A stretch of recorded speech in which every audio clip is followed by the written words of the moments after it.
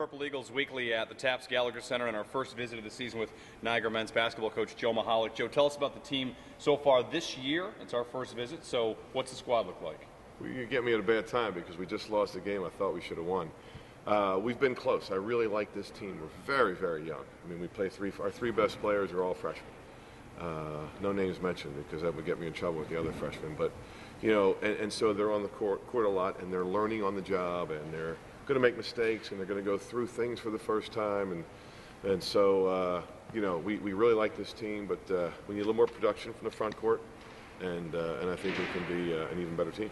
Well, starting off with some of those freshmen, Wanya Green, I think it's safe to say... You guessed he was one of the guys. He's one of the guys that you're talking about. He's a great player. From what I've seen of him, just an electrifying player in your backcourt. Talk about what he's meant to the team, and I guess how much have you been surprised by just how good he's been? Well, we knew he was a very, very good player. But what you really come to love when you're with him every day is that he just kind of sees this game in slow motion. He has that gift. He has that instinct. He has that intuition. He sees things happening and developing, and he does things other people, the normal guy, doesn't do. Very, very good player. Can score. I think the best thing he does is pass.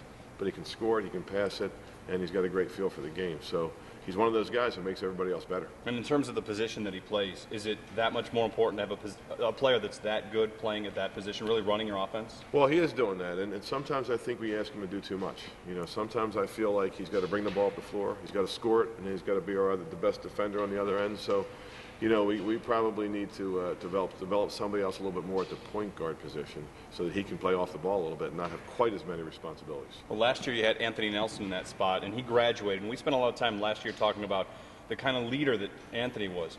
When you go back to last year and you look at this year's roster, who did you envision stepping into that spot of leadership? Well, you know, there's no need to really mention anybody because nobody's really done that. And so, like I've even said to Wanya, you know, you are someone that everybody likes and respects.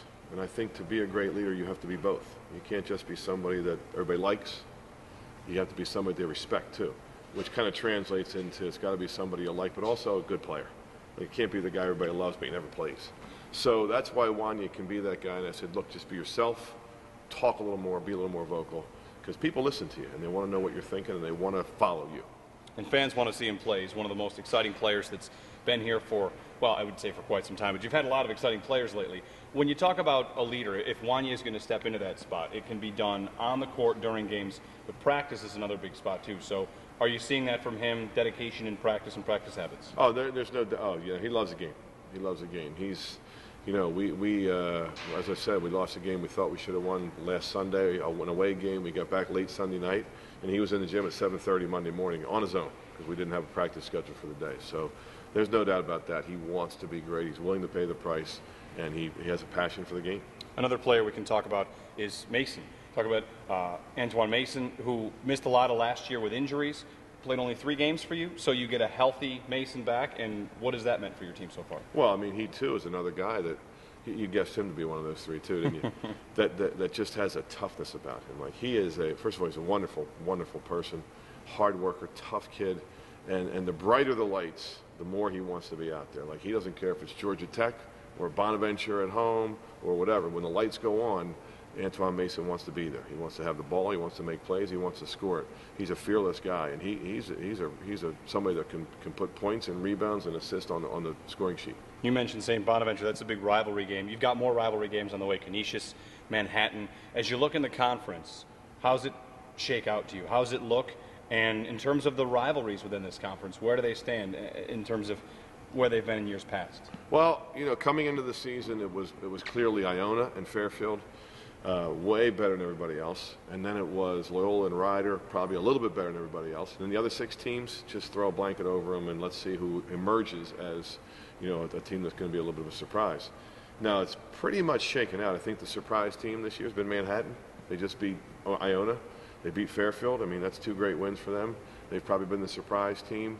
I think Ryder's starting to get it together. They were a little bit of a surprise in a negative way early. They didn't win early, but it doesn't matter. They got it together now, and it's conference time, and they're going to be just fine.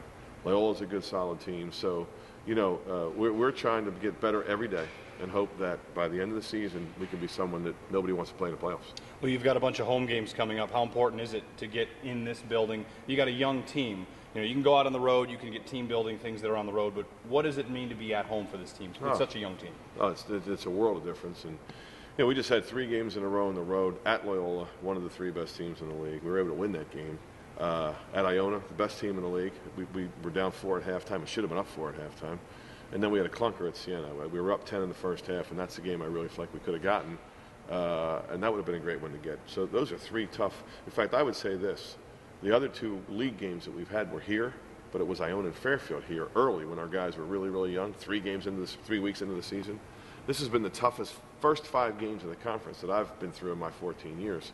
It's great to have it in the rearview mirror. We wish we had 1 or 2 more to show for it. So as you see this team in the calendar portion, the 2012 calendar portion of this season, what will happen over the next couple weeks? What are you looking to see in terms of growth?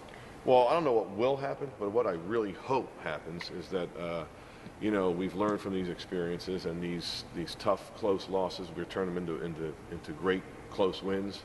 That these freshmen continue to get better and better and not play like freshmen anymore, play like sophomores and juniors.